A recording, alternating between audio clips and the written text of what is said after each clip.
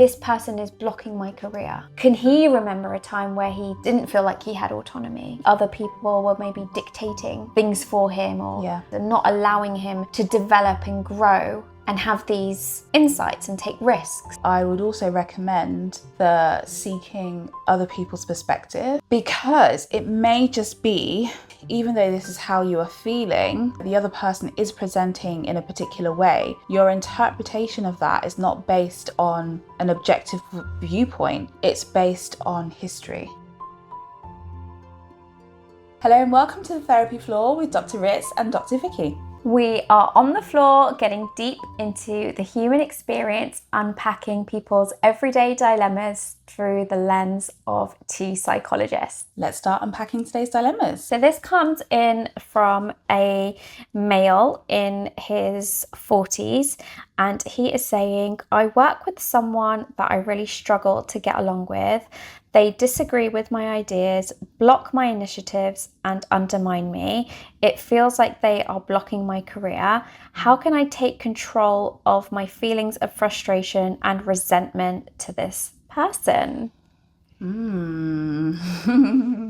This is a good one. This is a juicy one. He's not said much, but I think he said a lot. He said a lot. I was thinking those are some strong words there. Like, someone is undermining you, they are blocking your career. There is frustration, there is resentment. Okay, I would say to this individual, frustration is there for a reason, anger is there for a reason. Even though we feel the experience of anger and frustration isn't pleasant, it doesn't mean that the emotion is wrong or bad. Anger can actually be very helpful, because it lets you know that something isn't working for you. And we tend to feel anger when we feel disrespected, when we feel hurt, abused, betrayed. So it's a useful emotion, because then we can move forward in action. But how we respond is very important in order to avoid being aggressive or passive aggressive. We want to be assertive in voicing our frustration and our anger. So I would start with, have you had a conversation with this individual? Or even if you don't feel ready to have a conversation with this individual, I think maybe you could have a conversation with someone else who has eyes on the situation. And I say this not to gaslight you and to invalidate your feelings, but sometimes it's helpful to have some perspective, because sometimes actually, whilst we should pay heed to our feelings, we shouldn't always take them as gospel and as fact and as truth. So objectively, what does this situation look like to other people? Are they seeing what you're seeing? I think that helps. It helps you first to clarify, okay, is what I'm feeling actually happening? Is my interpretation correct or incorrect? If it's correct, great. Now, if someone else can back that up, how can we move forward with having a conversation with this individual about how you're feeling and about how you are viewing the situation? Are they aware that this is how their behaviour is being perceived? It's important that, you communicate that and you don't continue to allow someone to almost have the power of your future. It's not right. It's not like the phrase, just deeply upset me. The phrase, they're blocking your career. Oh my goodness, no one should have the right or the power to block anything of yours. So I'm really like in there with you with the feelings of frustration, and I want to help you think about gaining some clarity and perspective on this, and then really taking that information, which is your emotion, and moving forward intentionally and assertively to ascertain what's going on with this other individual. And I think those are really, really good ideas. I'm going to play devil's advocate. Go on then. I trust you to do that. I trust you. So what if this person he's got, let's say, like some sort of history, or he's tried to have communication. Because what he is saying, like, I'm struggling with this person now. Yeah. The struggle's already there. So that makes me feel like actually the communication's already broken down. Yeah. If the struggle's already there. Yeah. So if that communication is already broken down and that person isn't even, let's say, willing, because I think that often happens, doesn't it, in workplace settings? Yeah. Where you're struggling with someone, they're not even willing to have a conversation with you. Like, they just think they are outright right, and that they do believe that they are that powerful. You know, sometimes it could be a peer, sometimes it could be a senior. True. How do they get through that part of it? Okay. Because I guess I would be wanting to think about putting the onus back on this individual. Yeah. It sounds like that's what they want to do as well. They want to feel like they can control because they're feeling their quite feelings out of of control. frustration. So I don't know if my advice is going to necessarily be a psychologist's advice. I would like to help this person feel like they can empower themselves, and sometimes we need to realize how far we can go and where our limits are. And we need to ascertain what are our values in this situation. What are our priorities?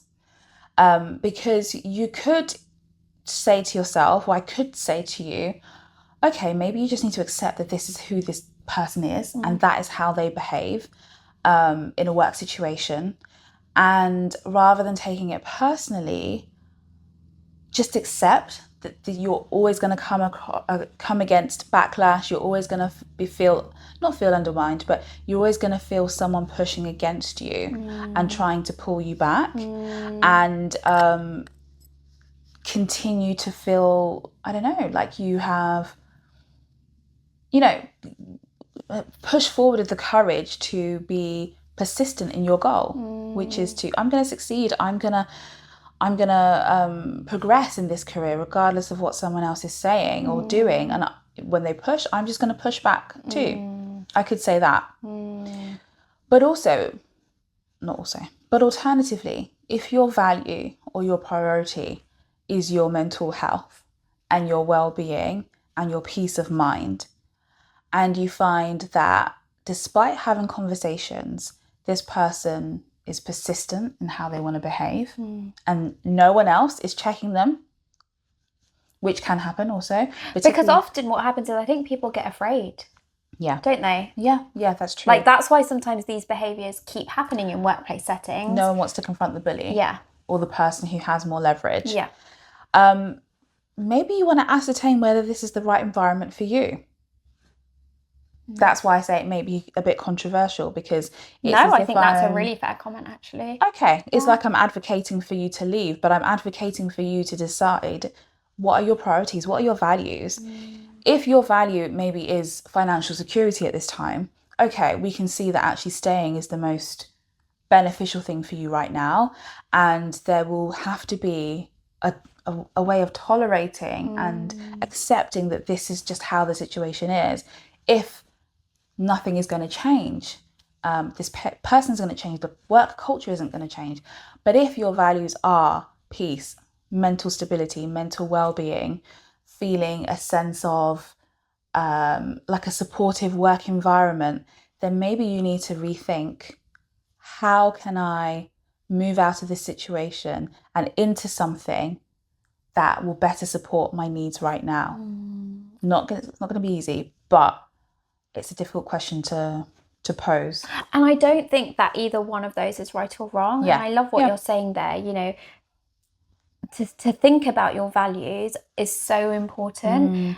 And they're going to change at different points in our lives. So, like in your 20s, financial stability might be one of your top values. But then in your 40s or your 50s, it might not be. It might be more things like spirituality or recreation or connection.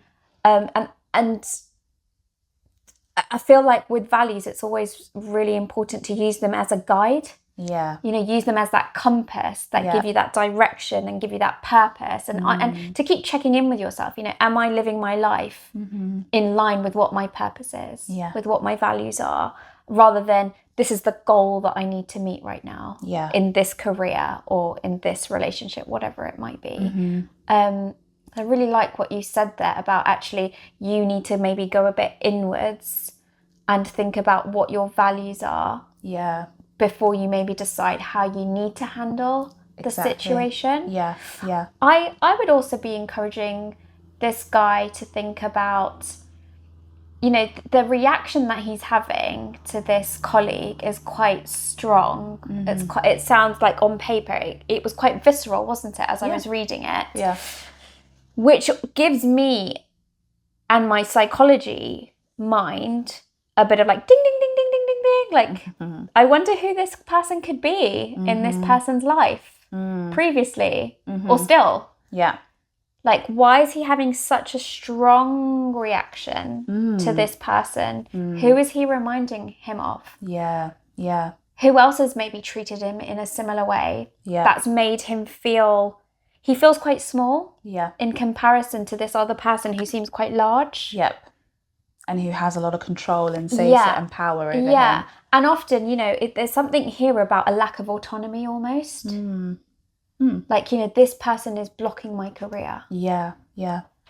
And can he remember a time where he didn't feel like he had autonomy? That, you know, maybe other people were maybe dictating things for him or pressuring him to, you know, think a certain way or stifling his ideas and not allowing him to develop and grow and have these insights and take risks. And yeah. I think that's a good point, and that's why I would also recommend the seeking other people's perspectives, because it may just be that even though this is how you are feeling, or maybe this is, you know, the other person is presenting in a particular way, your interpretation of that is not based on an objective viewpoint, it's based on history. Yeah. And so what you're really responding to is the person in your past, not necessarily this individual. But it could be the case actually that this is history repeating itself. And if I were also to play devil's advocate, as a psychologist sat in the room with this individual, I'd want to be gleaning, how does this person show up and how do other people respond to them? So I'd really be paying attention to how I feel in the room with this individual. How am I meeting them in the room? Will that give some clue as to why this dynamic plays out? If I'm sat in the room with this person, do I feel like I want to control them? Do I want to put them down? Do I get frustrated or impatient with them? Then I think that gives further clue into, okay, what role are you taking in life? Like, how are you showing up in your own life? So maybe some sort of people pleasing going on there. Yeah. Or like a need to kind of like be subservient and to bring himself down. You know, I think that is also an important part of this discussion that that doesn't necessarily jump out straight away. No. And because he's not actually said that much, has he? No. Which is no. It allows us to pick holes or to go a bit further. Yeah. But that in itself is quite telling. Like, he's not given us that much, and so, you know, it's again feeling quite small. Yeah. Like, like you said, how is he presenting himself? What role is he taking on? Who is he with other people? Is he somebody that tends to give more space to other people and then so has learnt, because he gives more space to other people, to create less space for himself, to make himself smaller? Yeah. Interesting one. Yeah. Any other thoughts on him? To the point where I said I wonder also about this person, how they present. I wonder how they deal with conflict as well and how they have previously managed it with this person at work, but also previously. Like personal life as well. Yeah, personally, like, what is conflict? Is conflict okay? Yeah. Is it okay to be in conflict? Is it okay to be confronted with someone who has different opinions to you, has a different viewpoint? Or does it seem like other people, when they are themselves and they take up space, that is an affront to you because you're not doing it yourself? So yeah, I'd also want to know a bit more about that. Yeah, because I wonder if there's something in that as well. Like, as somebody is taking up more space, how does that make you feel? Yeah. Is there like anger, which obviously it sounds like there is, but is that anger passive? Yeah. Or is that anger like loud? Yeah. Well, I'm going to take up more space then. Yeah, I'm going to compete. Yeah. Yeah. So really, with this and every other dilemma or anything really that we struggle with, when we are looking at another person and we're thinking, gosh, like, I have a problem with this behaviour or this that I'm seeing, this is what I'm seeing in another person, it's always to go inwards. I'm really being distracted by that. Aeroplane. I know. Apologies. It's just gone round and round and round today, hasn't it? All through my house. We've had to deal with our own frustration and lack of control. It's been testing us. It has, a lack of control over this situation. But anyway. We wanted to create certainty. Yeah. And it did not go to plan. It didn't go to plan. And we had to push through regardless. Tolerated. Yeah, tolerated the distress. Sorry, I feel so distracted. Can you repeat that? Okay. Can I remember it? I don't know. That is question. Oh yeah, I know what I was saying. So we always want to come back to, going inside, and you can't control another person.